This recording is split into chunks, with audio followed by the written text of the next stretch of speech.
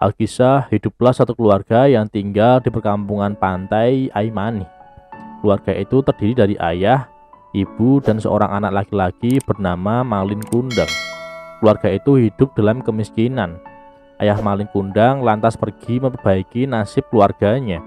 Waktu terus berlalu, bertahun-tahun dilewati. Namun, ayah Malin Kundang itu tidak juga kembali. Tidak ada kabar darinya. Entah di mana keberadaan ayah Malin Kundang. Ibu Malin Kundang, Mande Rubayah namanya, mengambil alih peran ayah Malin Kundang untuk mencari nafkah. Ia berjualan kue yang dijajakan berkeliling. Uang hasil penjualan kue itu digunakan untuk memenuhi kebutuhan hidup ia dan anak sematawayangnya. Keduanya hidup dalam kemiskinan. Sejak kecil, Malin Kundang telah dikenal cerdas, pemberani, dan agak nakal. Malin Kundang kerap mengganggu ayam, baik ayam miliknya sendiri atau ayam milik tetangganya. Dikejar-kejarnya ayam itu dan dipukulnya dengan sapu. Mande Rubayah sangat menyayangi Malin Kundang. Begitu juga sebaliknya, Malin Kundang sangat menyayangi ibunya. Kehidupan miskin yang dialami Malin Kundang membuatnya ingin pergi merantau.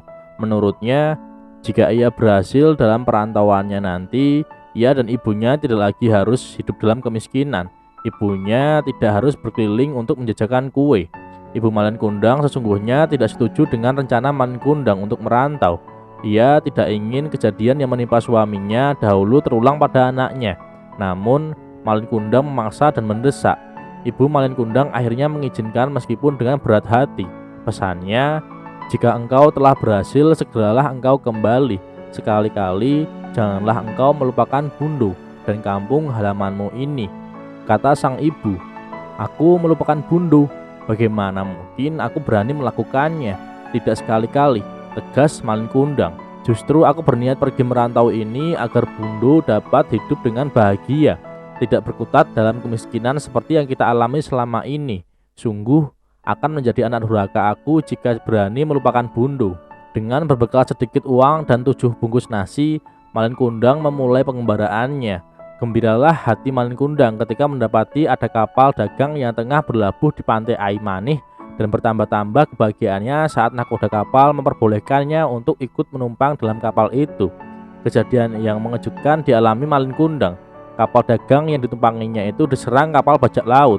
Malin Kundang bersembunyi di ruang kecil yang tertutup tumpukan kayu.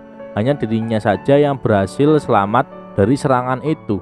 Ketika perompak itu meninggalkan kapal dagang itu seraya membawa seluruh isi kapal yang mereka rampok, Malin Kundang terkantung-kantung sendirian di tengah laut, dipasrahkan nasibnya sepenuhnya kepada Tuhan. Ombak laut akhirnya mendamparkan kapal dagang yang dinaiki Malin Kundang ke sebuah pantai. Malin Kundang berjalan menuju desa dekat dan mendapatkan pertolongan orang-orang desa itu. Malin Kundang lantas tinggal di desa yang subur itu. Malin Kundang kemudian bekerja serabutan di desa itu. Apapun yang bisa dikerjakan akan dikerjakannya. Ia bekerja dengan rajin dan sangat hemat. Sebagian besar uangnya yang didapatkan ia tabung. Ketika uang tabungannya telah cukup, Malin Kundang lantas berdagang. Ia membeli barang-barang dan menjualnya dengan mengambil keuntungan yang tidak banyak. Orang-orang senang membeli dan menjual barang kepadanya karena Malin Kundang dikenal sangat jujur. Perdagangan yang dilakukan Malin Kundang terus mengalami perkembangan yang sangat menggembirakan. Terus membesar saja usahanya. Malin Kundang tidak hanya berdagang di desa tempat tinggalnya saja, namun juga desa-desa lain. Bahkan akhirnya dia melaksanakan perdagangan antar pulau juga. Ia melaksanakan perdagangan itu dengan menyewa kapal. Terus membesar usaha dagangannya sehingga dia mampu membeli kapal dagangannya sendiri. Kian bertambah maju usaha dagangannya sehingga dia mampu membeli kapal dagang yang lain. Malin Kundang pun dikenal sebagai pedagang besar yang berhasil. Lebih dari 100 orang bekerja kepadanya. Kekayaan Malin Kundang pun sangatlah banyak. Tidak ada orang di desa itu yang mampu mengalahkan kekayaan Malin Kundang. Ia lantas menikah dengan gadis tercantik di desa itu yang juga berasal dari keluarga yang kaya raya. Di perkampungan Aimani, Ibu Malin Kundang terus menunggu kedatangan anaknya. Ketika ada kapal yang merapat di pelabuhan, ia senantiasa berharap anak tercintanya segera turun dari kapal itu. Namun, anak tercintanya itu tidak juga terlihat. Tidak ada juga kabar dari Malin Kundang. Entah di mana anaknya itu berada. Mande Rubayah tidak mengetahuinya. Terbesit pula ketakutannya jika anaknya itu nasibnya sama dengan nasib suaminya. Waktu terus berlalu. Suatu hari dia mendengar kabar berita yang telah bertahun-tahun ditunggunya. Anak tercintanya telah kembali. Sangat mengejutkan sekaligus membanggakan. Anak tercintanya pun pulang menaiki kapal miliknya sendiri. Mandi Rubaiyah segera pergi ke pelabuhan. Tak terkirakan gembira dan bahagia hatinya ketika ia melihat sebuah kapal besar serta mewah tengah bersandar di pelabuhan. Detak jantung Mandi Rubaiyah dirasakannya kian cepat saat mendapati anaknya berdiri di atas geladak kapal di samping seorang perempuan yang diyakininya sebagai mantunya. Betapa gagahnya anaknya itu mengenakan pakaian yang terlihat indah gemerlap. Segera ia mempercepat langkah kakinya menuju kapal itu. Malin Kundang pun menuruni kapal. Mandi Rubaiyah yang menyangka anaknya itu datang menjemputnya segera menghampiri dan memeluk anak yang dirindukannya itu. "Malin Kundang, anakku," kata Mandi Rubaiyah. "Mengapa engkau pergi begitu lama tanpa pernah berkirim kabar kepada ibumu?" kata Mandi Rubaiyah. Malin Kundang sesungguhnya sadar dan mengetahui jika perempuan tua yang memeluknya itu adalah ibu kandungnya. Namun saat itu dia disergap rasa malu yang luar biasa untuk mengakui di hadapan istri dan sekaligus anak buahnya. Ia malu mengakui perempuan tua berpakaian lusuh itu adalah ibu kandungnya. Maka katanya, "Hei perempuan tua berpakaian lusuh, siapakah engkau ini hingga berani-beraninya engkau merangkulku?" Malin Kundang, "Apa katamu?" kata Ibu Rubaiyah. "Tidakkah engkau bisa melihat jika aku ini ibumu? Aku ibu kandungmu, Malin. Mengapa engkau berkata seperti itu?" kata Ibu Rubaiyah. "Hei perempuan tua, berani-beraninya engkau mengakui sebagai ibuku," kata Malin Kundang seraya berkecak pinggang. "Aku tidak mempunyai ibu seperti engkau ini. Jangan engkau sembarangan mengaku. Lekas engkau tinggalkan kapalku ini," kata si Malin Kundang. Istri Malin Kundang pun turut mencoba menyadarkannya. "Kanda, perhatikan dulu baik-baik. Jangan buru-buru mengusir. Apakah benar perempuan tua ini ibu kandungmu?" "Ibu kandung? Cis, bukan. Ia bukan ibuku.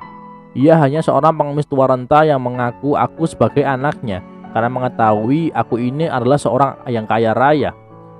"Malin!" teriak Mandi Rubaiyah.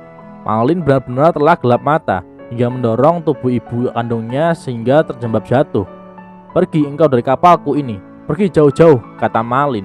Tak terkirakan kepedihan hati Mandi Rubaiyah mendapati perlakuan keji anak kandungnya. Sama sekali tidak disangka jika anak kandungnya itu begitu buruk perlakuannya terhadapnya. Anak kandung itu tidak hanya menolak mengakuinya sebagai ibu kandung, melainkan berani menganiaya dengan mendorong tubuh ibunya tersembab. Dengan hati remuk redam, Mandi Rubaiyah turun dari kapal mewah milik Malin Kundang. Ketika ia sampai di tanah, ia pun mengadakan tangannya ke atas langit dan meluncurkan doa kepada Tuhan. "Ya Tuhan, sekiranya lelaki yang tidak mengakuiku sebagai ibu kandungnya dan mendorongku jatuh ke bawah itu benar-benar Malin Kundang, maka aku bersumpah dia akan menjadi batu." Beberapa saat kemudian kapal besar lagi mewah itu mengangkat jangkar untuk kembali berlayar. Langit terlihat cerah, angin bertiup lembut. Kapal perlahan-lahan meninggalkan pelabuhan membawa Malin Kundang, si anak durhaka yang telah berani berbuat keji kepada ibu kandungnya. Mendadak terjadinya sesuatu yang tidak terduga. Angin badai datang tiba-tiba dan menghantam kapal besar milik Malin Kundang. Begitu kencangnya dan dahsyatnya angin badai itu menghantamnya. Kapal besar lagi mewah milik Malin Kundang seketika hancur berantakan. Setelah itu, perlahan-lahan tubuh Malin Kundang menjadi kaku hingga airnya menjadi batu. Kutukan Mandi Rubaiyah terhadap anaknya telah terwujud. Anak durhaka itu telah berubah menjadi batu. Pesan moral dari dongeng kisah cerita rakyat Sumatera Malin Kundang ini adalah durhaka terhadap ibu akan menyebabkan Tuhan murka hingga kehidupan pelakunya akan sengsara baik di dunia maupun di akhirat.